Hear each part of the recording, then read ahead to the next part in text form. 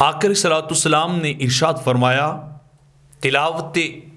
قرآن مجید کے متعلق فرمایا، من قرأ القرآن وهو فی الصلاۃ، کہ جو نماز میں قرآن کی تلاوت کرے، اللہ کی کتاب کو پڑھتا ہے، کان لہ بکل حرف مئۃ حسنہ، ایسے خوش نصیب کو اللہ رب العزت قرآن کے ایک ایک حرف کے بدلے مئۃ حسنہ 100 نیکیاں جو ہے وہ عطا کرتا ہے۔ اس خوش نصیب کو اللہ نیکیوں کے ڈھیر عطا کر دیتا ہے ایک ایک حرف کے بدلے میں، جو قرآن مجید کی دوران نماز تلاوت کرنے والا ہوتا ہے۔ ومن قرأ القرآن فی غیر الصلاۃ علی وضوء فلہ بکل حرف 25 حسنہ، اور جو شخص نماز سے باہر باوضو ہو کر قرآن کی تلاوت کرے، اللہ کی کتاب کو پڑھے، قرآن کا ورد کرنے والا ہو، تو رب کائنات اسے ایک ایک حرف کے بدلے 25 نیکیاں عطا کر دیتا ہے۔ 25 ثواب ایک حرف کے بدلے میں اللہ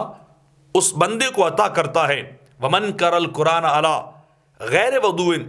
فلہ 10 حسنات، اور جو نماز سے باہر عام حالت کے اندر بغیر وضو کے بھی قرآن کو پڑھے تو قربان جائے خالی وہ بھی نہیں رہتا، رب ذوالجلال محروم اسے بھی نہیں رہنے دیتا۔ فلہ 10 حسنہ، ایسے شخص کو بھی اللہ رب العزت 10 نیکیاں عطا کر دیتا ہے۔ اللہ رب العزت 10 ثواب اسے عطا کرتا ہے جو نماز سے باہر ہو اور بغیر وضو کے اللہ کی کتاب کی تلاوت کرنے والا ہو،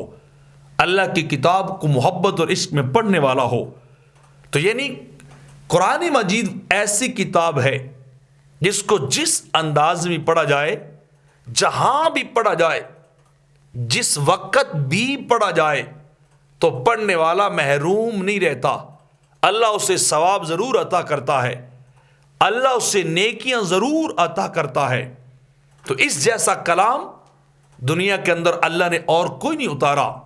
اور کوئی اتنی اعلیٰ کتاب، بابرکت کتاب نہیں ہے کہ جس کو جہاں جس عالم میں پڑھا جائے